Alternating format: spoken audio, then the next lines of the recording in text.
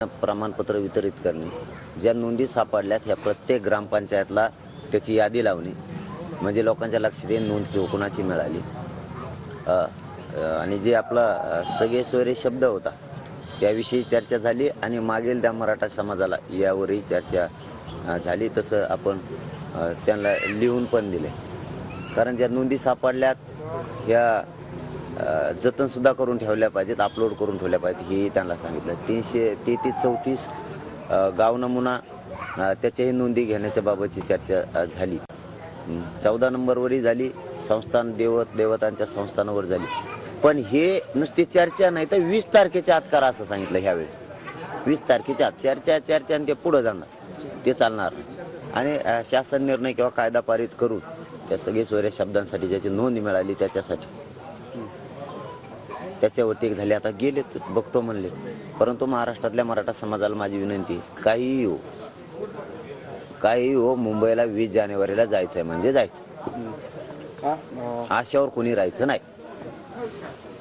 मूळ आज जी चर्चा झाली आहे, तुम्ही जे मुद्दे सांगितलेत ते खरंच तुमच्या जर त्यांनी ओके म्हटलं तर ते समाधानकारक राहील का, तुमचं त्याच्यावर समाधान होईल का? हो, 4ही शब्द घेतल्याच्या नंतर समाजाला विचारून ते 4 शब्द दिलेले आहेत ना. हे का मी दिलेले नाहीत ना, मीच दिले, पण समाजाला विचारून दिले, समाजाला ते मान्य. 4 शब्द मध्ये घेतल्याच्या नंतर त्याचा कायदा पारित झाल्याच्या नंतर आम्हाला काय अडचण आहे, आम्हाला आरक्षण पाहिजे.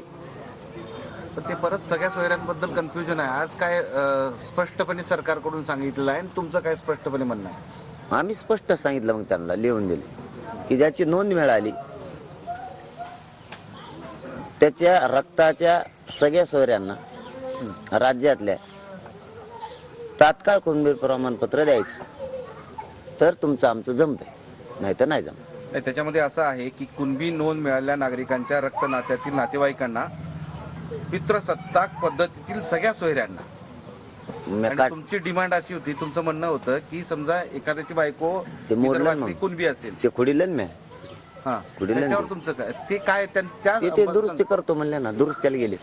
त्यांचं काय म्हणणं होतं आणि त्याच्यावर तुमचं काय म्हणणं? नाही, ते दुरुस्त्याला जातो म्हणले ना, त्याच्यावर दुरुस्ती शब्द सांगितलं त्यांनी, दुरुस्तीला जातो. ते काय शब्द सांगितलं? नाही, आपण ते खोडून त्यांना लिहून दिलं ना सगळं, की आपल्याला ज्याची नोंद मिळाली त्याच्या रक्ताच्या सगळ्या सोयऱ्याला प्रमाणपत्र पाहिजे आणि त्या सगळ्या सोयऱ्याच्या जो परिवार येतो त्यालाही त्याचा लाभ झाला पाहिजे. त्याच्यासाठी आता तो शासन निर्णय कायदा पारित केल्याशिवाय होणार नाही, ते चालणार नाही. म्हणजे जे मराठ्यांनी 4 शब्द दिलेले ते 4 मध्ये पाहिजे. अच्छा, त्याच्यामध्ये आणखी एक शपथपत्र आणि गृह चौकशीचा पण चर्चा झाली. नाही, ते बरोबर आहे, कारण ते आवश्यक सुद्धा आहे. समजा एखाद्याची नोंद सापडली आणि तो जर म्हणला हे सोयर आहे, तो जर नसला तर ते योग्य आहे. ते गृह चौकशी करून म्हणजे त्याची चौकशी करणार की ही सोयर आहे का. जसं की आपण सोयर पण करताना लग्न जमवता वेळेस की हा आपला नातलग का सोयरा आहे का बघतो, त्या पद्धतीची चौकशी तर व्हायला पाहिजे, या मताशी आम्ही पण सहमत आहे. आणि ते नसेल तर साधं एक शपथपत्रावरती त्यांच्याकडून ज्याची नोंद मिळाली त्याच्याकडून शपथपत्रावरती घ्यायचं की हे सोयर आहे आणि त्याला त्याच्यावरती लाभ द्यायचा. रक्ताच्याच नातेवाईकातला की रिलेशन मध्ये नसलेला रक्ताच्या ते सगळं झालं. 19ला अधिवेशन घ्या असं एक मध्येच मुद्दा तुम्ही म्हणले, डिमांड केली मग की 19ला अधिवेशन घ्या. कायदा बनवायला हो सगळ्या सोयऱ्यांचा, महाराष्ट्रातल्या मराठा सगळ्यांना द्यायला कायदा तर लागेल ना. पण त्यांचं म्हणणं फेब्रुवारी नाही, फेब्रुवारी नाही म्हणलं मी.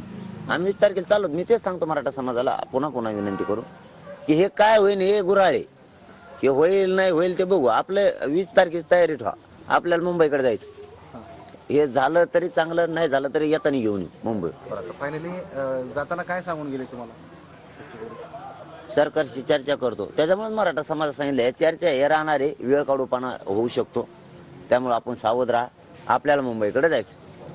आपण जे रक्ताचे नातेवाईक म्हणतो, आई आणि मुलगा रक्ताचं नातं आहे, मग आईचं नोंद मुलाला कमी येतं, लाभ भेटत असं काही त्याच्यावरती चर्चा सुरू आहे त्यांची. मुंबईला गेल्यावर चर्चा बंद होईल, आम्ही मग आपोआप सगळं सोयीस्कर होईल,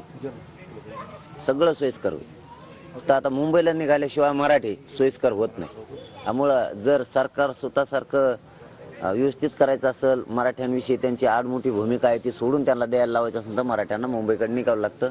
सगळं सोयीस्कर होत आहे. पाटील साहेब एक मसुदा घेऊन आले, त्यामध्ये असं गृह चौकशी म्हणून होतं, ज्यांच्या नोंदी सापडलेल्या नाहीयेत किंवा ज्यांच्या नोंदीच नाही त्यांच्यासाठी गृह चौकशी केली जाईल आणि 6 महिन्यात तो त्यांना प्रमाणपत्र देण्यात, असं देखील त्या मसुद्यात म्हटलेलं आहे. मी 20 म्हणलो, 20 जानेवारी त्यांना 6 महिने फी महिने आमचं नाही जोडायचं म्हणलं तुमचं नामचं. 20 तारखेच्या आत स्पष्ट सांगितलं आणि तसं त्यांनी लिहून पण नेलं. त्यांचा काही मसुदा असेल तेव्हा आम्हाला मान्य पाहिजे ना. तुम्ही 6 महिने म्हणता म्हणता वर्ष घाला. नोंदी मिळालेल्या असून 7 महिने गेलेत प्रमाणपत्र द्यायला. नोंदी मिळालेल्या असून पण आता मला सांगा, ते आज किंवा उद्या अध्यादेश काढणार आहेत असं सांगितलं होतं. याच बेसवर ते अध्यादेश काढतो म्हणले का पुन्हा चर्चा केल्यानंतर अध्यादेश काढणार आहेत तुमच्याशी? नाही पुन्हा चर्चा करून तिकडं काही लिहिते त्याच्यावरती, हां, मग ते आपलं नाही जुळायचं. मग आम्हाला जे पाहिजे ते त्याच्यावर लिहिलं पाहिजे. तुम्ही तुमच्या मनानं काय लिहिताल तसं कसं जमं. म्हणजे अध्यादेश पूर्ण ड्राफ्ट तुम्ही चेक केल्याशिवाय ते काढायचं नाही असं सरकारला तुम्ही म्हणाले. हा त्यात मग ते शब्दाला बेकार आहेत ना त्यांची. पहिले देता होतं, मी देण्यात केलं तिथं. हा त्याला